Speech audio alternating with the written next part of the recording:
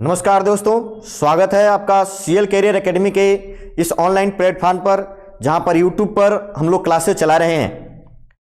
आज का डेट बहुत ही महत्वपूर्ण है।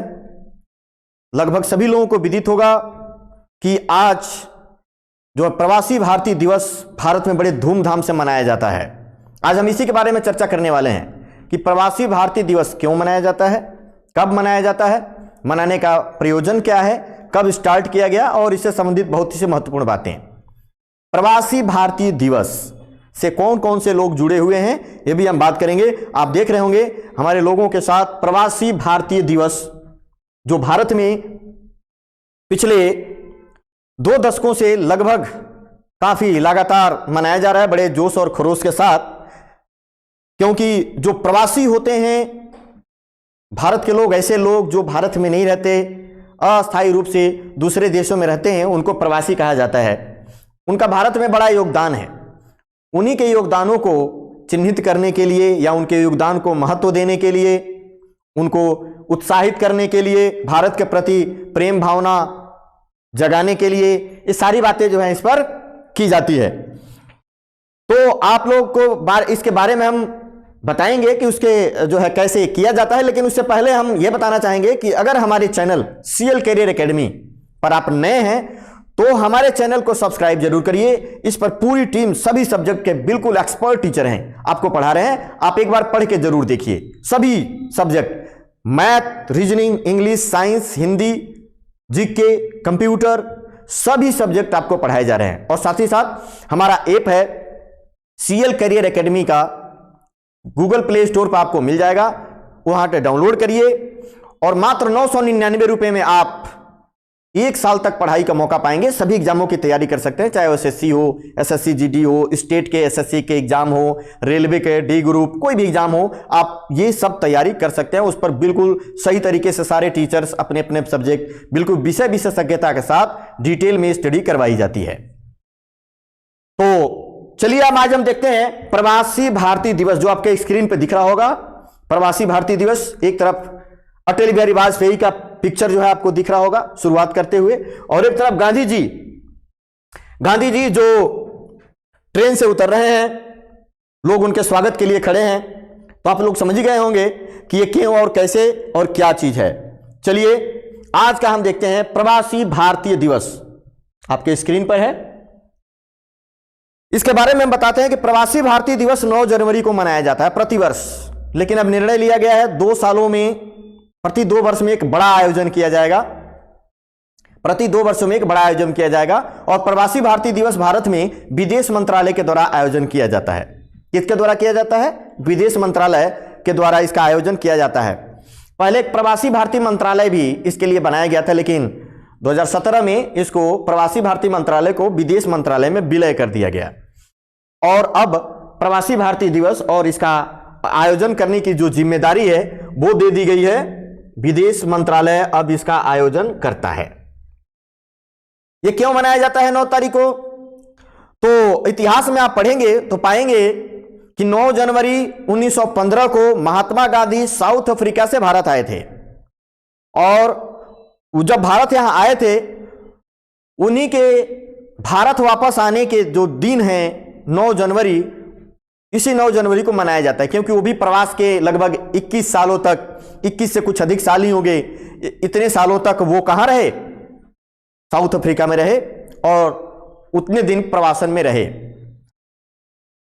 इसी तरीके से हमारे जो भारतीय हैं, जो दुनिया के तमाम देशों में अस्थायी रूप से निवास करते हैं और उनका बड़ा योगदान है, वहां से डॉलर के रूप में भेजते हैं पैसे, भारतीय संस्कृति को फैला रहे हैं, दुनिया में भारत का नाम जो है बढ़ा रहे हैं अपने टैलेंट से, अपने कामों से। तो इनके महत्व को चिन्हित करने के लिए ही प्रवासी भारतीय दिवस मनाए जाने की शुरुआत की गई कि 9 जनवरी का दिन निश्चित किया गया। क्योंकि गांधी जी प्रवासन में रहे थे इसलिए, और एक बहुत ही महान व्यक्तित्व हैं हमारे गांधी जी, तो इसलिए भी ये किया गया था। देखिए आपके स्क्रीन पर है, प्रवासी भारतीय दिवस 9 जनवरी को मनाया जाता है। भारत के विकास में प्रवासी भारतीयों के योगदान को महत्व देने या चिन्हित करने के लिए प्रतिवर्ष 7 से 9 जनवरी को प्रवासी भारतीय दिवस का आयोजन किया जाता है। प्रवासी भारतीय दिवस मनाए जाने की शुरुआत कैसे हुई? तो लक्ष्मीबल सिंधवी की अध्यक्षता में 2002 में अटल बिहारी वाजपेयी की सरकार के द्वारा एक समिति बनाई गई थी। उसी समिति ने प्रवासी भारतीय दिवस मनाए जाने की सिफारिश की थी। तो अटल बिहारी वाजपेयी की सरकार ने यह निर्णय लिया 2002 में कि 9 जनवरी का दिन प्रवासी भारतीय दिवस के रूप में मनाया जाएगा। तो पहली बार प्रवासी भारतीय दिवस मनाया गया कब? 9 जनवरी 2003 को। तो 2003 से मनाया जा रहा है प्रवासी भारतीय दिवस, 2003 से मनाया जा रहा है। आपके स्क्रीन पर लिखा हुआ है, आप इसको जरूर लिख लीजिएगा और लिखकर याद करने का प्रयास जरूर करिएगा, बहुत ही महत्वपूर्ण है। आपके एग्जाम और परीक्षा के दृष्टिकोण के साथ साथ आप बहुत सारी बातों के लिए महत्वपूर्ण है ये। तो लक्ष्मीबल सिंधवी की सिफारिश के आधार पर ही अटल बिहारी वाजपेयी की सरकार ने 2003 से क्या करना शुरू किया? यह मनाए जाने की शुरुआत शुरू की कि प्रवासी भारतीय दिवस मनाया जाएगा। तो 2003 से मनाए जाने की शुरुआत की गई है, 2003 से। इसके लिए पहले प्रवासी भारतीय मंत्रालय भी था, लेकिन बाद में इस मंत्रालय को विदेश मंत्रालय में मर्ज कर दिया गया। चलिए, अब प्रवासी भारतीय दिवस का आयोजन विदेश मंत्रालय के द्वारा किया जाता है। प्रति 2 वर्षों पर इसका एक बड़ा आयोजन किया जाता है विदेश मंत्रालय के द्वारा। प्रवासी भारतीय दिवस महात्मा गांधी के दक्षिण अफ्रीका से वापस आने के उपलक्ष्य में मनाया जाता है। महात्मा गांधी 1853 में एक गुजराती व्यापारी दादा अब्दुल्ला का जो एक मुकदमा था, उस मुकदमे को लड़ने के लिए वकील के रूप में दक्षिण अफ्रीका गए थे। उन्होंने वहां जाकर उनके मुकदमे को लड़ा और इसी दिन 1915 ईस्वी में, मतलब 9 जनवरी को 1915 ईस्वी में वापस आए। इतना टाइम कैसे लग गया? जब वो साउथ अफ्रीका में दादा अब्दुल्ला का मुकदमा जीतने के बाद जब वापस आ रहे थे तो ट्रेन में उन्होंने टिकट बुक की थी और वो एक रॉयल बोगी में चढ़ गए जिसमें केवल गोरे लोग, अर्थात केवल सफेद गोरे अंग्रेज ही उसमें चढ़ते। तो उसमें चढ़ गए गांधी जी। वहां से उनको बाहर धकेल कर निकाल दिया गया, जिससे गांधी जी को बहुत ही दुख हुआ और उन्होंने जब वहां पर देखा कि भारतीयों के साथ बहुत ज्यादा ये काले गोरे अफ्रीकियों के साथ इस तरीके का बहुत अन्यायपूर्ण व्यवहार होता है अंग्रेजों के द्वारा, तो उनके अधिकारों और हितों की लड़ाई के लिए वो दक्षिण अफ्रीका में ही प्रवासन में रह गए। यही कारण था कि वो इतने समय तक उनकी लड़ाई लड़ने लगे। दक्षिण अफ्रीका में ही उन्होंने पहली बार सत्याग्रह का प्रयोग किया, नटाल आश्रम शुरू किया, फिनिक्स आश्रम बनाए, ये सारा कार्यक्रम उन्होंने वहीं किया। दक्षिण अफ्रीका से सीखकर ही एक तरीके से अनुभव लेकर ही भारत आए थे। तो वकील के रूप में दक्षिण अफ्रीका में गए थे। वर्तमान आंकड़ों के अनुसार दुनिया में सर्वाधिक भारतीय जो है, सर्वाधिक भारतीय दुनिया में फैले हुए हैं और सबसे ज्यादा राजस्व भी यही इंडियन डायस्पोरा के द्वारा भारत में भेजा जाता है। लगभग $70 बिलियन से भी अधिक का राजस्व भेजते हैं। महात्मा गांधी के बारे में थोड़ा सा जानते हैं। महात्मा गांधी का जन्म 2 अक्टूबर 1969 को हुआ था। कहां हुआ था? गुजरात के पोरबंदर में 2 अक्टूबर 1869 को इनका जन्म हुआ था। मृत्यु हुई 30 जनवरी 1948 को और इनके मृत्यु को मनाया जाता है, शहीद दिवस के रूप में मनाया जाता है इनकी मृत्यु। नई दिल्ली में इनकी मृत्यु हुई थी। नाथूराम गोडसे ने गोली मारकर इनकी हत्या कर दी थी। 30 जनवरी को प्रतिवर्ष शहीद दिवस के रूप में भारत में मनाया जाता है। इनका स्मारक का क्या नाम है? राजघाट दिल्ली। इनका स्मारक का क्या नाम है? राजघाट दिल्ली इनका स्मारक है। पिता का नाम है करमचंद गांधी, माता का नाम है पुतलीबाई। इनका विवाह हुआ था 1883 ईस्वी में, लगभग 14 साल की उम्र में कस्तूरबा गांधी से इनका विवाह हुआ था। इनके 4 लड़के थे। कौन कौन पुत्र हैं इनके? हरिलाल, मणिलाल, देवदास, रामदास। तो ये इनके 4। और गांधी जी के राजनीतिक गुरु जो भारत में प्रभावित हुए गोपाल कृष्ण गोखले से, तो गोपाल कृष्ण गोखले गांधी जी के राजनीतिक गुरु हैं। ये याद रखेंगे, बहुत ही महत्वपूर्ण है। और अगर कभी ऐसा बात आ जाए कि गांधी जी के आध्यात्मिक गुरु कौन है, तो लियो टॉलस्टॉय। कौन है? लियो टॉलस्टॉय उनके आध्यात्मिक गुरु भी माने जाते हैं। तो इनका जो है व्यक्तिगत परिचय था। थोड़ा और आगे बढ़ते हैं हम। शिक्षा के लिए 1888 ईस्वी में इन्होंने कानून की पढ़ाई के लिए लंदन गए। मुंबई से लंदन के लिए कूच किया। 1891 ईस्वी में इनको बैरिस्टर की डिग्री प्राप्त हुई। लंदन से इन्होंने बैरिस्टर की डिग्री 1891 में कानून की डिग्री प्राप्त कर ली। इनकी एक प्रमुख शिष्य अर्थात शिष्या थी जिसका नाम था मैडलिन स्लैड। गांधी जी के विचारों से काफी प्रभावित थी, पुत्री के जैसे मानते थे गांधी जी, और मीराबेन नाम रख दिया। गांधी जी ने ही इसका नाम रख दिया मीराबेन। वो मीराबेन के नाम से जाने लगी। मैडलिन स्लैड जो मीराबेन के नाम से जाना जाने लगी। दक्षिण अफ्रीका में 1893 में दक्षिण अफ्रीका में दादा अब्दुल्ला के मुकदमे के लिए गए। 1894 में दक्षिण अफ्रीका में नटाल कांग्रेस की स्थापना हुई थी। वेरी वेरी मोस्ट इंपॉर्टेंट, याद रखेंगे आप। नटाल कांग्रेस की स्थापना 1894 में हुई। 1899 में दक्षिण अफ्रीका में जूलू और बोअर पदक इन्होंने प्राप्त किया 1899 में। 1901 में कांग्रेस के कलकत्ता अधिवेशन में पहली बार शामिल भारत आए थे, कुछ समय के लिए अस्थायी रूप से भारत आए थे 1901 में, और पहली बार वो कांग्रेस के कलकत्ता अधिवेशन में भाग लिया था 1901 में, ये याद रखेंगे।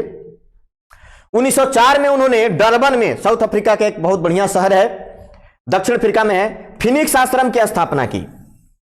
1904 में फिनिक्स आश्रम की स्थापना गांधी जी के द्वारा की गई थी, ये याद रखेंगे, बहुत ही महत्वपूर्ण है और परीक्षा के दृष्टिकोण से भी बहुत ज्यादा, ये याद रखेंगे। 1904 के बाद 1906 में देखिए, 1906 में उन्होंने पहला सत्याग्रह का प्रयोग दक्षिण अफ्रीका में किया। दक्षिण अफ्रीका में पहला सत्याग्रह का प्रयोग हुआ। 1908 ईस्वी में जेल में पहली बार गए थे। पहली बार इनको जेल में कब अनुभव मिला? 1908 में पहली बार जेल। तो ध्यान रखिए, 1906 में सत्याग्रह का पहला प्रयोग दक्षिण अफ्रीका में किया था, भारत में नहीं। अगला देखिए, इसकी कुछ और महत्वपूर्ण बातें। 1910 में जोहान्सबर्ग में टॉलस्टॉय फार्म की स्थापना भी गांधी जी ने की थी। तो एक क्रम से भी याद रखिएगा, किनके बाद, किनके, नटाल कांग्रेस की स्थापना, फिर जो है आप देखेंगे जो है उसके बाद उन्होंने फिनिक्स आश्रम बनाया, फिर उसके बाद जोहान्सबर्ग में ही दक्षिण अफ्रीका में जो है बहुत ही शानदार शहर है, वहां पे टॉलस्टॉय फार्म की स्थापना किया गांधी जी ने, एक क्रम से याद रखेंगे। 1915 में भारत वापस आए 9 जनवरी को, और यही 9 जनवरी प्रवासी भारतीय दिवस के रूप में घोषित हुआ 2003 में अटल बिहारी वाजपेयी की सरकार के द्वारा। 1915 में ही साबरमती आश्रम की स्थापना 1915 में, और 1915 में ही सत्याग्रह आश्रम कोचरव, एक जगह है अहमदाबाद में, वहां पे किया। साबरमती की स्थापना हुई थी साबरमती नदी के तट पर इन्होंने किया था, काफी फेमस आश्रम है। 1917 में भारत में सबसे पहली बार इन्होंने सत्याग्रह का प्रयोग किया चंपारण में। 1916 के कांग्रेस अधिवेशन में आए थे राजकुमार शुक्ल, उन्होंने ही इनवाइट किया, आप जो है बिहार आइए। तो बिहार के चंपारण में गांधी जी का पहला सत्याग्रह भारत में, यहां भारत में पहला सत्याग्रह चंपारण सत्याग्रह के नाम से जाना जाता है, बिहार में।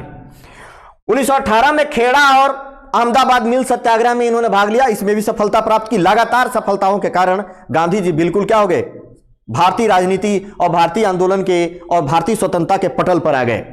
1920 में इनके द्वारा असहयोग आंदोलन चलाया जाए, जो शानदार आंदोलन था, जो एक छोटी घटना जो गोरखपुर के बाद चौरी चौरा में होने के कारण फरवरी 1922 में उसको रोक दिया गया, लेकिन असहयोग आंदोलन इन्होंने शुरू किया अगस्त 2020 में। 1924 में कांग्रेस के एकमात्र अधिवेशन में भाग लिया था 1924 बेलगांव कर्नाटक में। गांधी जी के द्वारा सिर्फ एक बार अध्यक्षता की गई थी बेलगांव कर्नाटक में। एक बात ध्यान रखें, 1929 में अनाशक्ति आश्रम कौसानी, उत्तराखंड में एक जगह है कौसानी, अनाशक्ति आश्रम जो पिछले ही एसएससी के सीजीएल के एग्जाम में पूछा गया था, 1929 में अनाशक्ति आश्रम बनाया। 1930 में बहुत ही चर्चित सविनय अवज्ञा आंदोलन, जिसको दांडी मार्च, नमक सत्याग्रह के ही नाम से जाना जाता है, 1930 में हुआ। ध्यान रखेंगे, दांडी मार्च। इन्होंने क्या किया, साबरमती आश्रम से दांडी जो समुद्र तट पर था यात्रा किया था अपने साथियों के साथ। 1931 में दूसरे गोलमेज सम्मेलन में भाग लिए थे, लंदन दूसरे गोलमेज सम्मेलन में भाग लिए थे। इसी गोलमेज सम्मेलन के सीढ़ियों से जब उतर रहे थे तो विंस्टन चर्चिल ने गांधी जी को कहा था कि यह भारतीय एक अर्धनग्न फकीर के जैसा है, और साथ ही साथ देशद्रोही फकीर भी विंस्टन चर्चिल ने कहा था। तो अर्धनग्न फकीर के रूप में चर्चिल ने कमेंट किया था इसी दूसरे गोलमेज सम्मेलन में जब गए थे। 1932 अंबेडकर के साथ पुनः समझौता हुआ, जब रैमजे मैकडोनाल्ड अवार्ड दलितों को अलग से देने की बात कही गई थी, तो अंबेडकर के साथ जेल में अनशन कर दिया था, वर्धा जेल जो महाराष्ट्र में है, पुणे में। तो 1932 में अंबेडकर और गांधी जी के साथ पूना में समझौता हुआ, आज उसको पुणे कहते हैं, पुणे का वर्धा जेल में हुआ। 1940 में गांधी जी ने व्यक्तिगत सत्याग्रह शुरू किया था, व्यक्तिगत सत्याग्रह। अब पहले सत्याग्रही थे विनोबा भावे। 1942 में भारत छोड़ो आंदोलन की शुरुआत हुई, और 1948 में दुर्भाग्यवश कहिए चाहे जैसे भी कहिए, 30 जनवरी 1948 को एक व्यक्ति जिसका नाम था नाथूराम गोडसे के द्वारा गोली मारकर हत्या कर दी गई। तो इस तरीके से इनका जीवन काल था। कुछ और गांधी जी की उपाधियां कौन कौन सी थोड़ा देख लेते हैं, बड़ा महत्वपूर्ण है। क्योंकि गांधी जी के वजह से ही ये चल रहा है। कैसरे हिंद की उपाधि 1915 में इनको भर्ती करने वाला सर्जेंट भी कहा गया, क्योंकि प्रथम विश्व युद्ध में भारतीयों से अपील कर रहे थे कि अंग्रेजों की सहायता करें और सेना में भर्ती हो, इसीलिए उनको भर्ती करने वाला सर्जेंट गांधी जी को कहा गया। भंगी शिरोमणि, कुली बैरिस्टर, कर्मवीर, सेवाग्राम का संत, साबरमती में उनके जो शिष्य थे उन्होंने कहा था सेवाग्राम का संत, तो ये सब उपाधियां हैं। आधुनिक जगत का अजात शत्रु राजेंद्र प्रसाद ने कहा है। मलंग बाबा कबायलियों द्वारा कहा गया। बापू जवाहरलाल नेहरू और CF एंड्रूज ने कहा था। देशद्रोही फकीर और अर्धनग्न फकीर विंस्टन चर्चिल के द्वारा कहा गया। भिखारियों का राजा मदन मोहन मालवीय ने गांधी जी को कहा था। ये सारी बातें आप याद कर लेंगे, इसका स्क्रीनशॉट भी ले सकते हैं और इस वीडियो को रोक कर भी ये सब याद कर सकते हैं। राष्ट्रपिता सुभाष चंद्र बोस ने कहा था, जब आजाद हिंद फौज के लिए उन्होंने अनुमति मांगने के लिए गांधी जी को पत्र लिखा था, उसी में राष्ट्रपिता शब्द का इस्तेमाल किया। महात्मा शब्द Rabindranath Tagore, one man army, one man boundary force जो है लॉर्ड माउंटबेटन ने गांधी जी को कहा था। चलिए ये सब बातें, गांधी जी की कुछ पुस्तकें थे, सत्य के साथ मेरे प्रयोग, इनका आत्मकथा है, जरूर याद रखिएगा। 1925 में ये लिखा गया था, लॉन्च हुआ था। इंडिया ऑफ माई ड्रीम्स, ये भी गांधी जी का है। अनासक्त योग, हिंद स्वराज 1909 में आया। गीता माता की किताब नाम से भी लिखा इन्होंने। सप्त महाव्रत, इसी में गांधी जी का पूरा दर्शन है और पश्चिमी सभ्यता का विरोध किया है इन्होंने सप्त महाव्रत में। और सुनो विद्यार्थियों, यह भी किताब गांधी जी के द्वारा लिखा गया है। अखिल भारतीय खादी बोर्ड की स्थापना 1923 में गांधी जी के सहयोग से करवाया गया। अखिल भारतीय चरखा महासंघ की स्थापना भी 23 सितंबर 1923 में गांधी जी के सहयोग। कुछ प्रमुख समाचार पत्र देखते हैं। द ग्रीन पैम्पलेट 1896 ईस्वी में राजकोट से छपता था, इसके संपादन का काम किया गांधी जी ने। और गांधी जी ने खुद इंडियन ओपिनियन 1903 में दक्षिण अफ्रीका में, very very most important, Indian opinion जो मैगजीन था वो दक्षिण अफ्रीका से गांधी जी ने निकाला था। और यंग इंडिया इनकी 1919 में निकली थी भारत में ही। और हरिजन 1932 में इन्होंने ये समाचार पत्र निकाले थे। 2 अक्टूबर को विश्व अहिंसा दिवस के रूप में 2007 से मनाया जा रहा है। संयुक्त राष्ट्र महासभा ने घोषणा किया था 2 अक्टूबर विश्व अहिंसा दिवस 2007। भारत में 2 अक्टूबर को गांधी जयंती, अहिंसा दिवस और राष्ट्रीय त्योहार के रूप में, तीनों के रूप में मनाया जाता है। गांधी जी जॉन रस्किन की पुस्तक अनटू दिस लास्ट से काफी प्रभावित थे, ये याद रखेंगे। मैं आप लोगों को unto this last John Ruskin की बुक है, काफी प्रभावित थे। लियो टॉलस्टॉय से भी काफी प्रभावित थे, प्रुंदो से भी काफी प्रभावित थे, जिनकी वजह से इनके अंदर सत्य अहिंसा की भावनाएं भरी। टॉलस्टॉय से काफी पत्र व्यवहार किया करते थे। लियो टॉलस्टॉय को गांधी जी का आध्यात्मिक गुरु भी कहा जाता है। तो इस तरीके से आप देख रहे हैं 9 जनवरी जो है प्रवासी भारतीय दिवस के रूप में बड़े धूमधाम से मनाया जा रहा है। चूंकि इस बार 2022 है, छोटा मनाया जाएगा, अगले बार बड़ा आयोजन होगा। तो चलिए इन सारी बातों को परीक्षा के दृष्टिकोण से लीजिएगा। चलिए कल फिर से अगले हम तमाम बातों के लेकर आपके इसी तरीके से आपके साथ आएंगे, बहुत सारी बातों के साथ। तो तब तक के लिए जय हिंद, जय भारत।